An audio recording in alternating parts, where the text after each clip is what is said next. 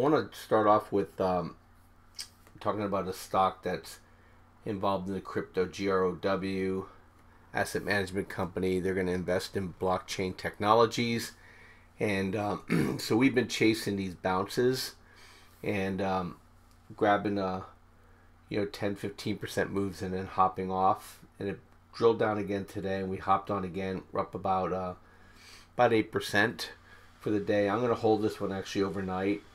I like the fact that the money flow is getting higher lows here, and price is getting higher lows, and I want to see if we can just break out to the top of this channel, which would give us about almost a 20% gain here for a few days. And I just want to bring that to your attention. It's something to keep an eye on. If you're a subscriber, I put this one out on the trade floor, so FYI. And then another one to keep an eye on when it pulls back again is DPW. It's they make equipment for energy efficiency for computers and the mining operations that picked up on this technology. But they're a defense contractor, so their stuff's really good and very reliable. And it was drifting back down. This was the first time they talked about crypto, and then it came all the way up to here, and I've been waiting for it to tag back down. And I missed the move here because I thought for sure it was going to come back down here first before it popped, and it just ripped this morning. I didn't chase it, so if it pulls back again, I'll look to buy the next move higher on DPW. Flipping over to Nugget, my view is that we're going to get ourselves in the miners. Weird day today in the markets in terms of the Chinese whispering that they may not be buying a lot of treasuries. I think that was a game for them to get better pricing on the treasury markets today.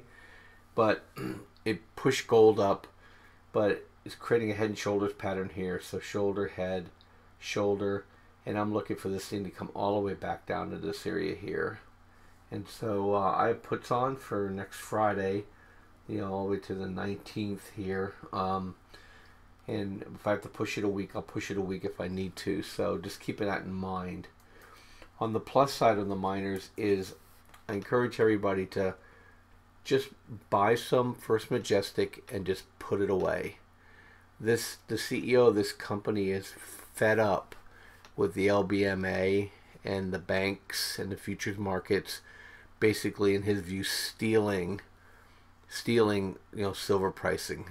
And he's going to join a consortium, and they're going to just step off the exchange, and they're only going to sell inside of a blockchain oriented exchange, where you're only going to be able to participate as a seller is if you actually own the metal to sell. So they're going to rip the guts out of this naked shorting that the banks like to do to suppress pricing. And I know this guy's going to jump on it as soon as the technology is ready. So just tuck it away. It's a good tuck anyway, because if once miners start going again, this thing will be over $10 regardless. But if they announce that they're going to participate in this thing and step off the exchange, you'll wake up one day and this thing will be at $12 or $15. So it's good just to have it and let it sit. It could be dead money for a month, but definitely be worth it. I bought some April calls. I have 2,000 shares in addition, and I'll be adding more over time. This is one of my favorite miners anyway. So FYI for that. And then going into the charts here for the cryptos is we're following up here. Yesterday we talked about the Ripple starting to struggle here, and it went all the way down to our support area here. It hit 158 actually, had a bounce. This is a dead cat bounce in my view. It looks like it'll roll over again, and this time it'll come down to 131. So you guys could call it FUD. I call it technical analysis, and I have no dog in this hunt with Ripple in terms of being emotional about it. It needs to come down in price. It's way overdone. and it's struggling here. And you know, just from a point of view, it's not even a cryptocurrency. It's a centralized coin run by the banks with no transparency. So it's a tool, and but don't buy it on the basis that you think it's going to be a tool that you're going to profit by. All the profits going to be borne by the banks, and this thing's just way overpriced as it sits today. And same with Stellar. We talked about Stellar yesterday too. It didn't fall quite as much. I think it has work to do to get down to here.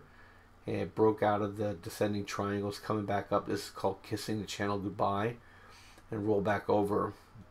If I'm wrong, it'll break here and go higher. But if not, it's going to roll back down, and we're going to get down to about 39 cents on this trade here. So just FYI on that. And then the trade I talked about yesterday also, I just went ahead and closed it today. Made nice profit on the trade. It's a trade for me. And I think it still can potentially get up to 63,000. But I made good money, and I rolled everything back into Bitcoin. And Phil discusses Bitcoin all the time, so I'm not really going to get too much into it, other to say that it's nicely within the triangle here. And nice support again. Once it crawls over 15,000 here, then there's no volume to volume void for it to fly right back higher again. But this is where it has to chew through to get to this level. But it's been holding every time it gets sold off. It's making higher lows. So we'll see where that goes.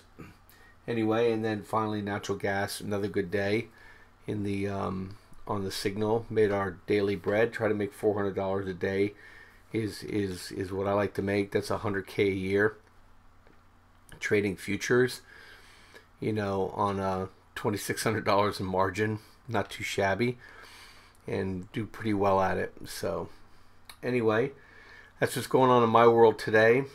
More excitement later in the week, but just watch gold and silver in the miners. Silver's already rolling over again, so I think that's what's going to happen, and I think we're going to get a pretty good sell-off, pretty good strength in the dollar, and then we'll be positioning ourselves for late winter, move higher on all things metals and miners. Anyway, you guys have a great day. Thanks. Bye-bye.